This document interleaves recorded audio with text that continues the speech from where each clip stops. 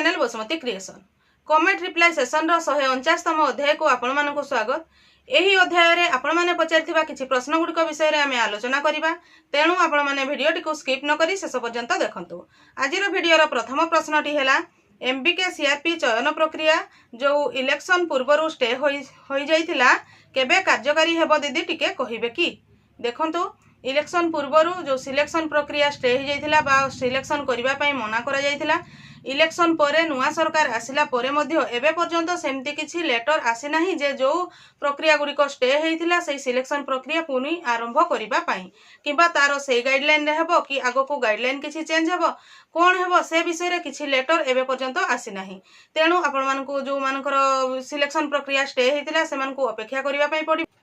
आगामी दिन मानकर निश्चित भाव में सिलेक्शन प्रोसेस रिगार्डिंग लेटर आसीजिवो, तेणु सेतकी पर्यंत आपण अपेक्षा करंतु। जदि सेथिरे मध्ये आपण जानि पारु नाहंती ताहले आपणकर ब्लॉक रो जे बीएलसी बीपीएम अछंती सेमानक सहित जोगाजोग कले मध्ये आपण माने शीघ्र जानि परिबे जे आगामी दिन मानकर केबे सुधा एही लेटर आसीबो। चैनल टी को प्रथम थर पई देखुथिले सब्सक्राइब कर नियंतु एवं पाखरे थिबा घंटी चिन्हटी को टिपि ऑल बटन को प्रेस कर दियंतु, ताहले आपण माने मोर आगामी वीडियो रो नोटिफिकेशन ठीक समय रे पाई परिबे। नेक्स्ट प्रश्नटी हैला दीदी आमर एमबीके दीदी तांकर मृत्यु हो जाइछि 2 मास हेलाणी नुआ एमबीके खोजा जाय नाही एपर्यंत केमिति करा जिवो कुहंतो। देखंतु दीदी आपणकर एमबीके दीदींकर डेथ हो जाइछि, तेणु मु मध्ये बहुत दुखित। आउ जो आपण कहिसंती नुआ एमबीके दीदी कथा तो एबे पर्यंत जो इलेक्शन परे आउ सिलेक्शन प्रोसेस रो किछि सेमती लेटर आसी नाही। सही लेटर आसिले जाइकी आपणकर जीपीएलएफ रे ताहा एडवर्टाइजमेंट माध्यम रे बाहर करा जिवो एवं आपणकर जीपीएलएफ रो जो माने सिलेक्शन जो माने एलिजिबिलिटी क्राइटेरिया को मीट करिवे से माने आवेदन करिवे एवं सिलेक्शन प्रोसेस रे सिलेक्शन हैला परे जे सिलेक्शन हेबो से एमबीके भाव रे काम करिवे। तेणु सेतकी दिन पर्यंत आपण मानकु अपेक्षा करिवा पई पड़िबो। जदि आपण के आशाई जे कि आवेदन करिवा पई चाहुचंती ताहले आपणकर जहा आवश्यक डॉक्यूमेंट जेमति कि एजुकेशनल क्वालिफिकेशन रो डॉक्यूमेंट सहित आपणकर जदि राशन कार्ड थिबो कि कास्ट सर्टिफिकेट थिबो सब रेडी करके रखि थांतु, जेते बेले एडवर्टाइजमेंट बाहरिबो आपण माने आवेदन करि परिबे। जदि आपण को सीआरपी भौणी बा ईसी भौणी पचारछंती ताहले आपण मानकु सेही काम गुडी को तुलेबा को पडुथबो जेते पर्यंत आपणकर जीपीएलएफ रे नुआ एमबीके दीदी आसी नाहंती, काहे कि ना काम तो केबे बंद हुए नाही, तेणु आपण मानकु काम करिवा पई पडुथबो। नेक्स्ट प्रश्नटी हैला मिशन शक्ति बीएलएफ रो डीईओ मानकर सैलरी केते रहिबो दीदी। देखंतु मिशन शक्ति बीएलएफ रो डीईओ माने जेतेबेले सिलेक्शन हेले से समय रे सेमानकर सैलरी थिला 3000 टंका, वर्तमान पर्यंत तांकर सैलरी वृद्धि होई कि 5000 टंका होईछि।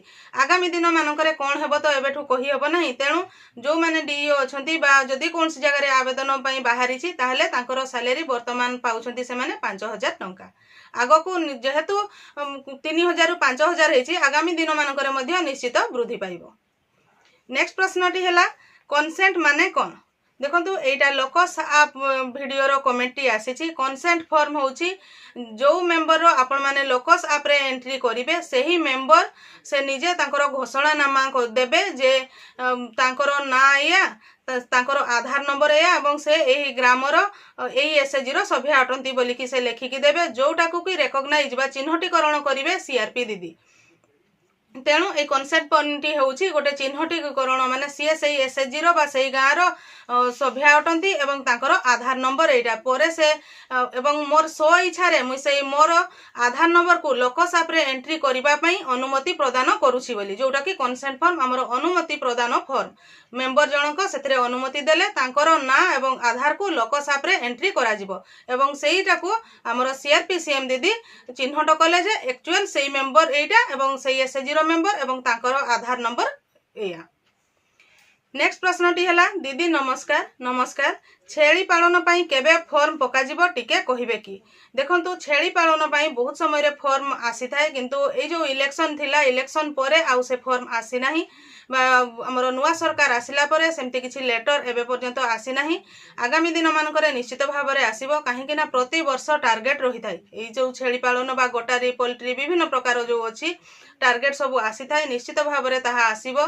जदि आपण शीघ्र जानिबा पई चाहुचंती आपणकर ब्लॉक रो वेटरनरी ऑफिस जो अछि से ऑफिस रे जाई कि बुझा बुझी कि आपण जानि परिबे। ता सहित आपणकर ब्लॉक रो जे वीएस अछंती बा आपणकर विभिओ अछंती सेमानक सहित जोगाजोग कले मध्य आगामी दिन मानकरे गोटारी रिलेटेड कोन आसुची आपण माने जानि परिबे।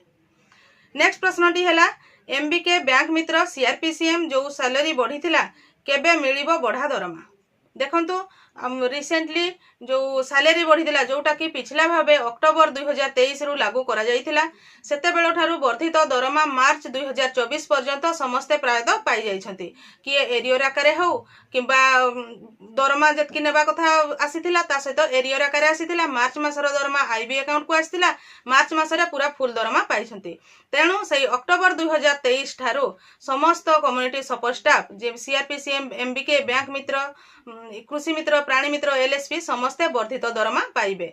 जेहेतु बहुत जगह कौन है एप्रिल मास ठारू तांकर वर्धित दरमाटी आईबी अकाउंट को आसी नाही तेणु हुए तो कौन सी जगह गुड़िकर कम दरमा जो पूर्वर जो दरमा थिला सही दरमा देउछंती किंतु जते बेले से वर्धित दरमा जीपीएलएफ रो आईबी अकाउंट को आसी जिवो आपण माने एरियर आकार रे एप्रिल मास ठारू मध्य वर्धित दरमा पाई परिबे।